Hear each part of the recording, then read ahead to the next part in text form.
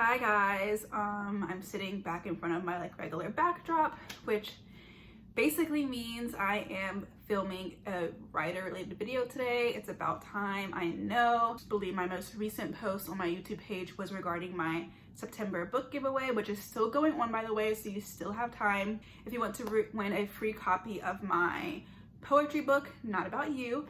And if you want to win a few other little goodies as well, all those details are in my last video. They're also posted on my Instagram and Twitter. And I will post a link to the raffle entry in the description of this post as well, just in case you haven't done it yet and you want to be involved in that for a chance to win. If you're subscribed to my YouTube channel, you already have one free entry that you can use to enter the giveaway, amongst other ways to enter as well. But I won't ramble about that too long because there's a whole video dedicated to all of those details. So let's get into today's video topic, which is basically self-publishing frequently asked questions. So I went on these two separate Facebook groups I'm a part of and asked people to send me questions about just like their concerns or their skepticisms about self-publishing so that I could answer them. I didn't want to just like pull out questions that I thought would be relevant because I feel like I've already like kind of answered the questions that I assume people would want to know the answers to. So I wanted to have questions from actual real life people, real life writers and authors that had concerns about self-publishing. So today I wanted to take the time to answer two specific questions that I got from two of my friends from the Big Black Chapters Facebook group, which is basically just a Facebook group for Black authors to motivate each other, share tips and tricks, and ask each other questions essentially. So shout out to that group. I don't always like interact in terms of commenting, but I do see you guys' posts every day on my timeline and I do read them even if I don't actually comment, but I am always there and I am always reading and watching and taking the information that you guys share there. So shout out to you guys. So yeah, let's get into the questions. I'm gonna try to tackle like the easier question first, which the question was basically about like creating covers that don't scream self-published, which I totally know what you mean, girl. Shout out to you. This is a concern that I had, and I don't want to harp too much on like different demographics and stuff, but definitely I would say just from what I've witnessed growing up as a Black reader and wanting to purchase books from Black authors, I will say that the covers typically do not, I'm not saying everyone, but like when there are a lot of times where the covers will scream self-published, the covers will scream low budget, the cover will scream clip art, you know, like that's a very real thing. And that's not just with Black authors, that's probably with anyone that's on a budget or self-publishing or whatever in general. But I'm not gonna be fake and say that that's not something that I've seen a lot when I try to purchase from my people. So I think really what it comes down to is don't skimp on the cover. If you are not a graphic designer, then don't do your own cover. I'm gonna contradict myself because I made my own book cover. I didn't make the art, but I did take the art that was given to me, just a transparent digital copy of the art, and then I made the text font to go with my book title and stuff like that, and then just like made it my book cover, which wasn't terribly hard to do, honestly. But that's like a whole other video about like making your book cover and formatting and putting it on KDP and all that, which I'm not gonna get into that today. But basically, don't try to do something that you know you're not meant to do. You are the writer of the book, you are the author. You are not the cover designer, you are not the digital artist. That's not the profession you're going into here. There's all this talk about, you know, oh, go to this website and they have like this mass like stockpile collection of pre-made book covers. Just go grab one, whatever. You can download it for free or you can download it for $5.99 or whatever. I wouldn't go that route because I feel like there can't really be a pre-made cover for a piece of writing that you didn't write with that cover in mind, or vice versa. Granted, in my case, my book cover was made by an artist that I found on Instagram that I've been following for a while, minimalista. I always tag her, I always mention her and give her the most praise. And basically, I was already a fan of her work for probably a year prior. I already planned on messaging her and asking her to make a piece for me. I just didn't know like what direction I wanted to go in.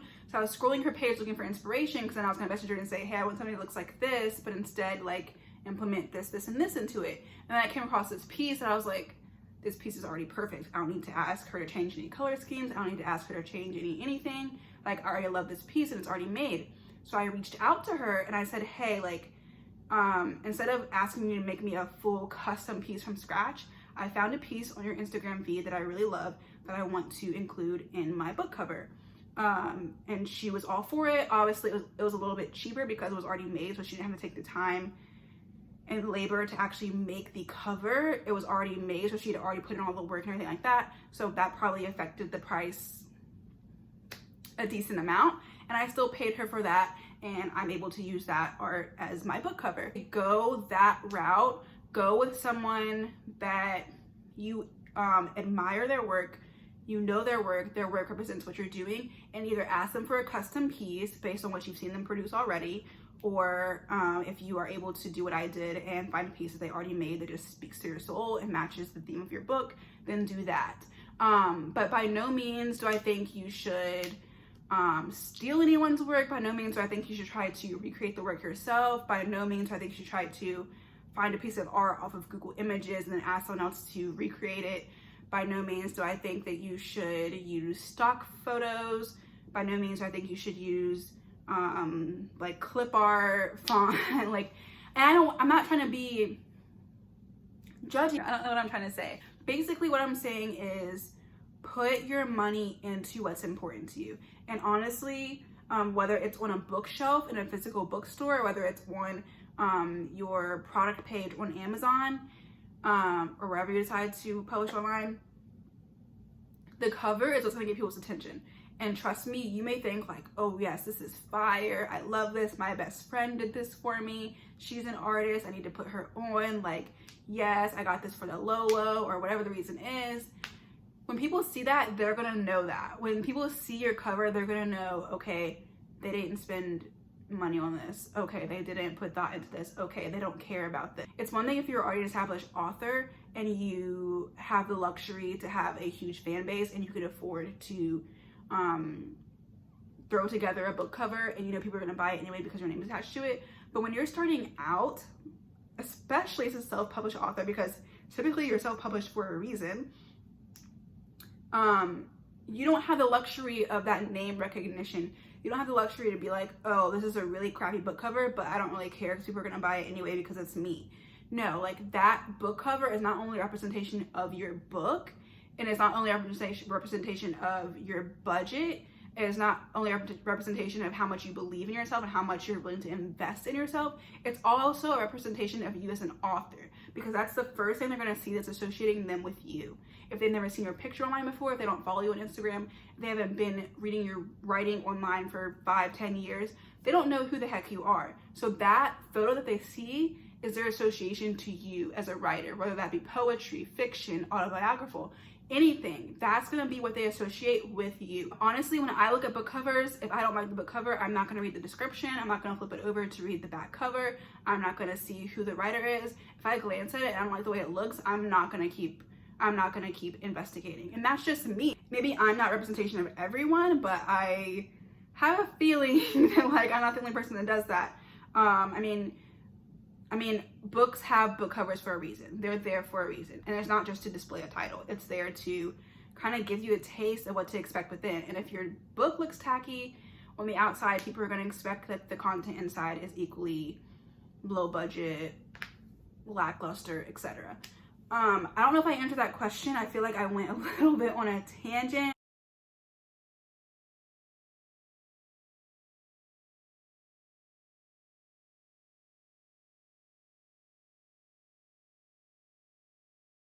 If you want to, in your mind or even on paper, draft up a concept of how you want the cover to look, like, I wanted to have a white background, I wanted to have this font, I wanted to have this in the forefront of the photo, do that, and then take that image and that vision to a real artist. Please don't try to do it yourself. Please don't go the cheap route. please, please don't go the cheap route. And please don't try to rush it. You have to remember that your book cover represents the book, represents you all encompassing as an author, especially if they've never heard of you before. And it also represents your belief and your investment in yourself. If someone thinks that you didn't believe in yourself and invest in yourself enough to invest in a quality book cover, then why should they, as a consumer, invest in your product? That's the way I see it. Point blank period. That's the short answer, baby. Going off of that, talking about investing in yourself and talking about low budget and low quality items, the second question that I got from the Big Black Chapters Facebook group was budgeting, i.e. how to do it and what to include.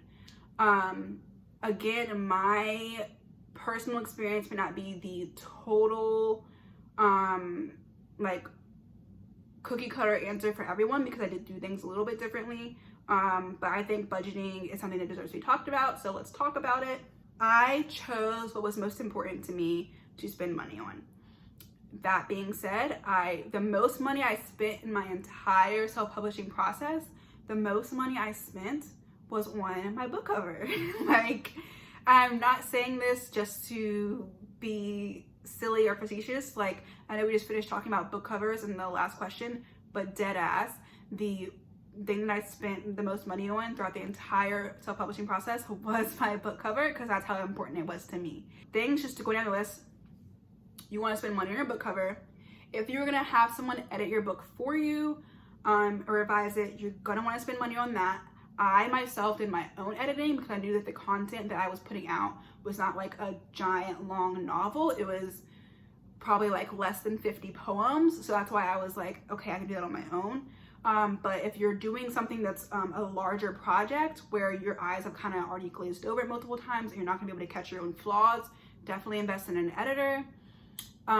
If you aren't social media savvy or don't have a huge following, then perhaps you may want to invest in someone to do your marketing for you.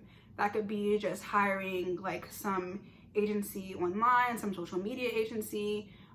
There's always like local places, if you just like go on Instagram, that are like startup companies or whatever. They're like, hey, we'll do your promo for you. Hey, we'll do your graphic design for you. We'll make a logo for you, whatever.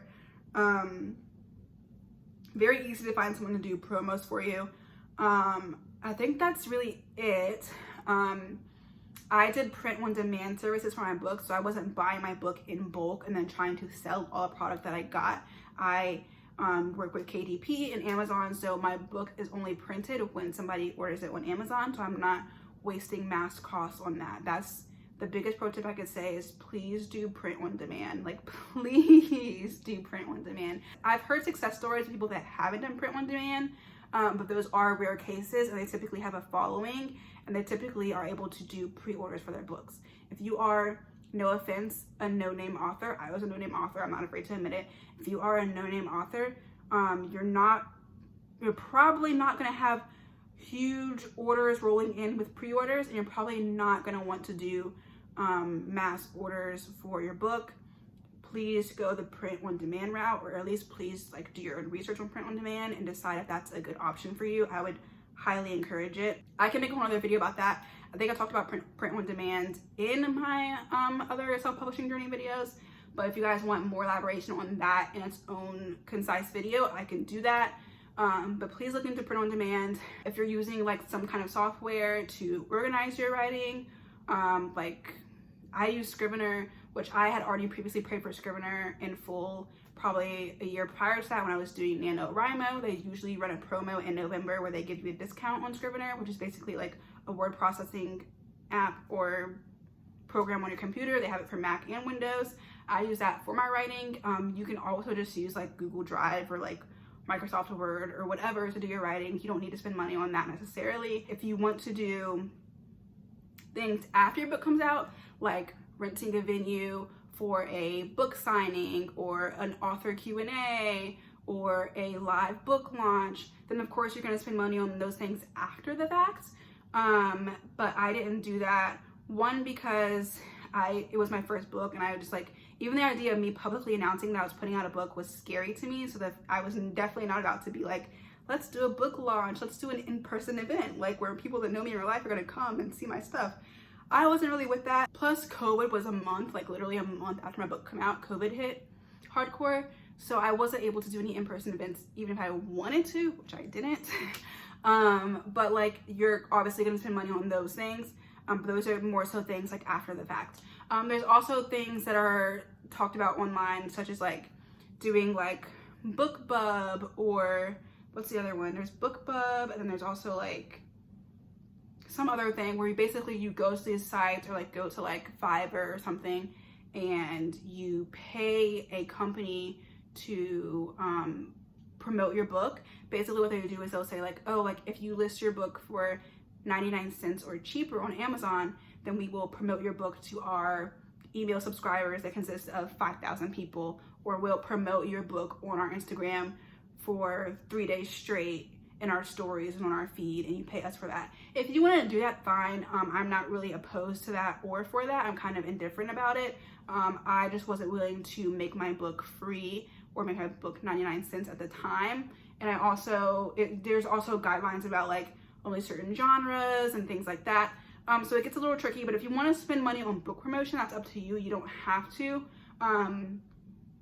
I feel like I'm pretty savvy when it comes to social media and things like that. Of course, I get lazy and like, I'm kind of like, oh, I'm a one-woman show over here, so it gets tiring.